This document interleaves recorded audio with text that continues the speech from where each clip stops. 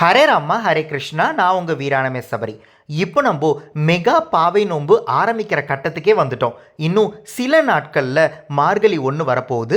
அதுக்கு முன்னாடி நம்மளோட மெகா பாவை நோம்பில் நம்ம கொடுத்துருக்கிற 3 சாய்ஸஸில் ஃபஸ்ட்டு சாய்ஸில் இருக்க போகிறவங்க எதை கடைப்பிடிக்கணும் அப்படின்றத சொல்ல போகிறேன். ஃபஸ்ட்டு சாய்ஸ் ரொம்பவே டஃப்பாக இருக்கும். திருப்பாவை பாசுரத்தில் என்ன சொல்லியிருக்காங்களோ அப்படியே நம்ம சொல்லியிருக்கோம். அது கொஞ்சம் டஃப்பாக தான் இருக்கும். இந்த விஷயத்தெல்லாம் பார்த்து பயந்துடாதீங்க. இருக்கவே இருக்குது second choice and third choice. நீங்கள் தேர்ட் சாய்ஸே இருந்தாலும் ஆண்டாள் ரொம்ப சந்தோஷப்பட்டு பலவிதமான பலன்களை நம்மளுக்கு கொடுப்பாங்க. அதனால் இருந்தால் ஃபஸ்ட் சாய்ஸ் தான் இருக்கணும் அப்படின்னு நினச்சிக்கிட்டு நோன்பை எடுத்துக்காமல் விட்டுறாதீங்க. அப்படி இருந்தும் ஃபஸ்ட் சாய்ஸில் என்ன இருக்குன்னு நான் ஏன் சொல்கிறேன் அப்படின்னா, நம்ம பாவை நோன்பு இருக்கும்போது திருப்பாவை பாசுரத்தில் என்ன சொல்லியிருக்காங்க அப்படின்ற சொல்ல வேண்டிய கடமை எனக்கு இருக்கு. அதுக்காக தான் இதை சொல்றேனே தவிர இதை கண்டிப்பா ஃபாலோ பண்ணணும் அப்படின்ற அவசியம் இல்லை. செகண்ட் சாய்ஸ் தேர்ட் சாய்ஸ்ல ஏதாவது ஒரு சாய்ஸாவது நீங்க எடுத்துட்டு ஃபாலோ பண்ணுங்க. இப்போ நான் எக்ஸ்பிளைன் பண்ணும்போது ஃபாஸ்டா போயிடுவேன். உங்களுக்கு ஏதாவது சந்தேகம் இருந்துச்சுன்னா இந்த வீடியோவோட கமெண்ட் பாக்ஸ்லையும் கமெண்ட் பண்ணுங்க. இல்லைனா எனக்கு நீங்க வாட்ஸ்அப் பண்ணுங்க. அதுக்கான டவுட்ஸை நான் கிளியர் பண்ணி வைக்கிறேன். மெகா பாவை நோம்புல 7 டிவிஷன் இருக்கு.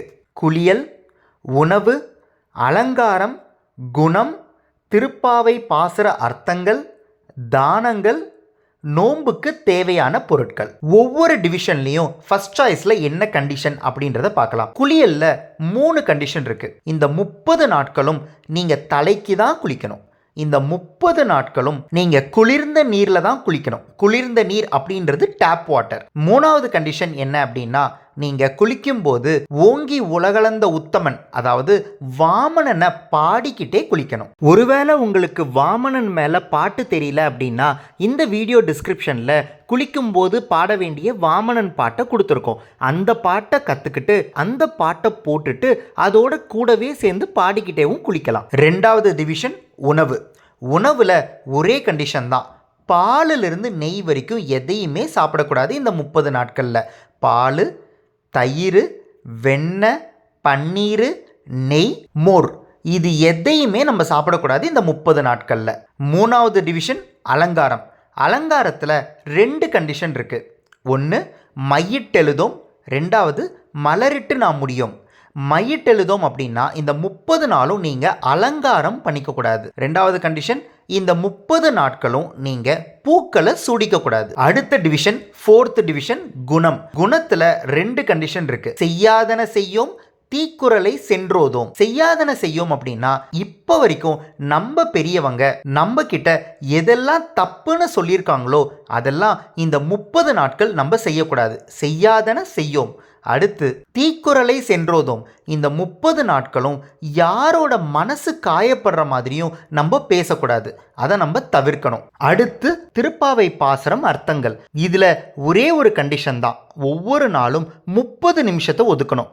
அந்த 30 நிமிஷம் நம்ம என்ன கொடுக்குறோமோ அதை முழுமையாக கேட்கணும். அதை கேட்கும்போது எப்படியெல்லாம் உணர்ந்து கேட்கணும் அப்படின்னு நான் சொல்லியிருக்கணும். அதை அப்ளை பண்ணி உணர்றதுக்கு முயற்சி பண்ணணும். நான் ரொம்பவே ஈஸியாக எல்லாருக்கும் புரிகிற மாதிரி டீட்டெயில்டாக சொல்லியிருப்பேன். அதனால் அதை பற்றி நீங்கள் கவலைப்பட தேவையில்லை. அடுத்து தானங்கள்.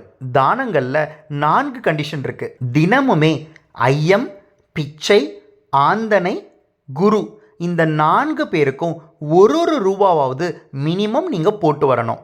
30 நாட்களில் 33 ரூபா சேரும். மினிமம் 1 ரூபா. அதற்கு மேலே நீங்கள் போடணும் அப்படின்னு ஆசைப்பட்டீங்கன்னா அது உங்களோட விருப்பம். உங்களுக்கு ஒரு டவுட் வரும், 30 நாள் தானே, எதுக்காக 33 ரூபா சேருது அப்படின்ற டவுட் வரும்.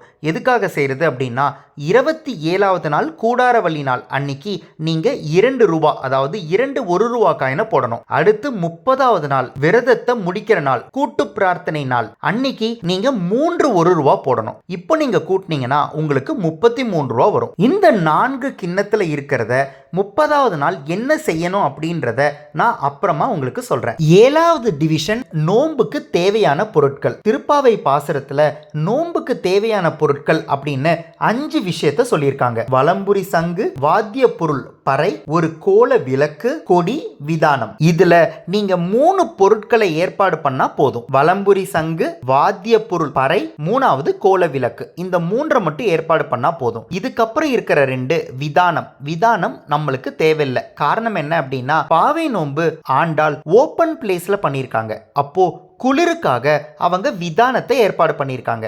ஆனால் நம்ம வீட்டுக்குள்ளே இருந்து பண்ண போகிறதுனால நம்மளுக்கு விதானம் தேவையில்லை. அடுத்ததாக கொடி எதுக்கு அப்படின்னா, இந்த இடத்துல பாவை நோன்பு பல பேர் சேர்ந்து இருக்கிறோம் அப்படின்றத மற்றவங்களுக்கெல்லாம் தெரியணும் அப்படின்றதுக்காக அந்த இடத்துக்கு அடையாளமாக அந்த இடத்துல கிருஷ்ணரோட கொடியான கருட கொடியை அந்த இடத்துல வச்சுருந்தாங்க. அதுக்கு பதிலாக நான் நம்மளோட டவுட்ஸ் ஆஃப் ராமாயண மகாபாரத குரூப்லேயும் மெகா பாவை நோன்பு குரூப்போட ப்ரொஃபைல் பிக்சராக அந்த கருட கொடியை வச்சுட்டேன். அதனால் உங்களுக்கு தனியாக அந்த கருட கொடியை ஏற்பாடு பண்ண வேண்டிய அவசியம் இல்லை. இப்போ நம்ம 7 டிவிஷன்லேயும் ஃபஸ்ட்டு சாய்ஸில் இருக்கிறவங்க என்ன பண்ணணும் அப்படின்றத சொல்லிட்டேன். நான் முன்னமே சொன்ன மாதிரி செகண்ட் சாய்ஸ் அண்ட் தேர்ட் சாய்ஸோட லிங்கை இந்த வீடியோ டிஸ்கிரிப்ஷனில் நான் உங்களுக்கு கொடுக்குறேன். கவலைப்படாமல் சந்தோஷமாக ஆத்மார்த்தமாக இந்த 3 சாய்ஸில் இருந்து ஏதாவது ஒரு சாய்ஸை நீங்கள் எடுத்துக்கிட்டு மெகா பாவை நோம்பில் கலந்துக்கோங்க.